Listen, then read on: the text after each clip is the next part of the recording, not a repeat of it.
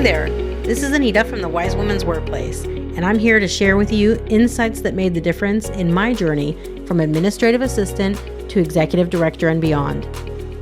Over the years, I've collected lessons learned on how to become a sought-after employee, and I want you to know them too, so that you are finally valued for your real contribution at your workplace. So, let's get started.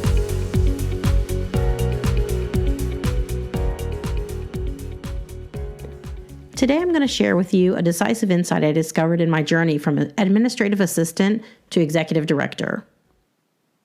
When I was a kid, I grew up in a family where my parents had their own business, and I learned from an early age the whole good worker bee formula: work hard, apply yourself, and you will be rewarded. And I did this during my youth, and I was rewarded throughout my studies with that approach. And when I finally graduated from college with a business degree, I did what many grads do. I took an entry-level position.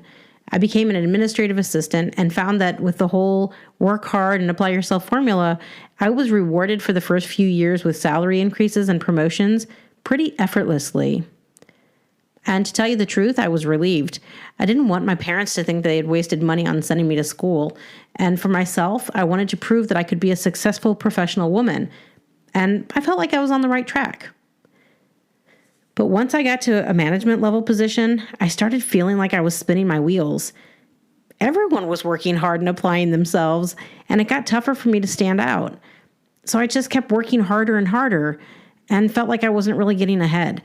I was just getting burned out and felt like I wasn't really valued for the work I was doing. Plus, I felt like I was missing some information that everyone else knew. After this went on for a while, I realized I had to adjust the way I was working. Work smarter, not harder, as they say.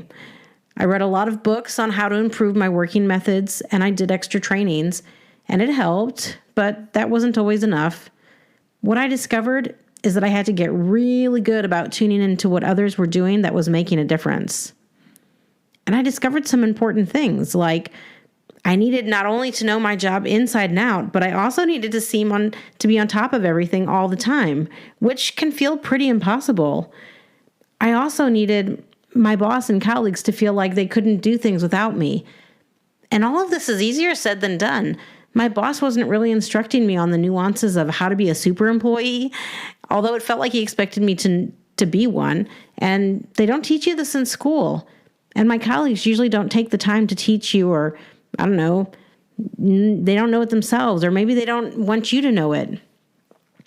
So I became very smart about what I was focusing on. Over time, I became a specialist in anticipating and providing what my boss needed to make his life easier and to help him reach our goals. I also learned how to interact with colleagues in a way which was optimized. I could get more done in less time and keep everyone in the information loop so things could move forward smoothly and efficiently. And I became a critical success component, but didn't get myself locked into the system, if you will. And these things freed up my time and mental energy so I could become very pragmatic about how to build my reputation without resorting to being fake or kissing up to anybody. And did this work? Extremely well. I kept getting promoted all the way to executive director in the organization, and I didn't have to apply to any of these positions a single time. I was nominated and appointed by my superiors because I had taken the time and steps to prepare the way. I don't really believe in luck. I believe in preparation. I believe that luck is being prepared when an opportunity arises, so I try to always be prepared. I've had the opportunity to work closely with top people in my field, and it has been extremely rewarding, intellectually, financially, and in terms of relationship with others. And I'm happy to know my parents made a good investment in sending me to college. But truthfully, I'm very proud that I've started mentoring other women and how to manage their work and move forward in their own careers. And I will let you in on a little secret. The changes I made are not rocket science. Many are even really easy to integrate into your day-to-day work routines. But what really struck me was this. You don't know what you don't know, and most people won't tell you. It's up to you to look after yourself in your career and search out ways to set yourself apart. I mentioned that most people don't want or won't take the time and energy to show you the way. So that's why I've created the Wise Women's Workplace. You can tune in to listen to this podcast to learn how to improve what you're doing, or maybe to stop making some of the mistakes that you aren't aware that you're making. I also invite you to join me in the Wise Women's Workplace Facebook group. It's a free community where women can get and give support for workplace conundrums.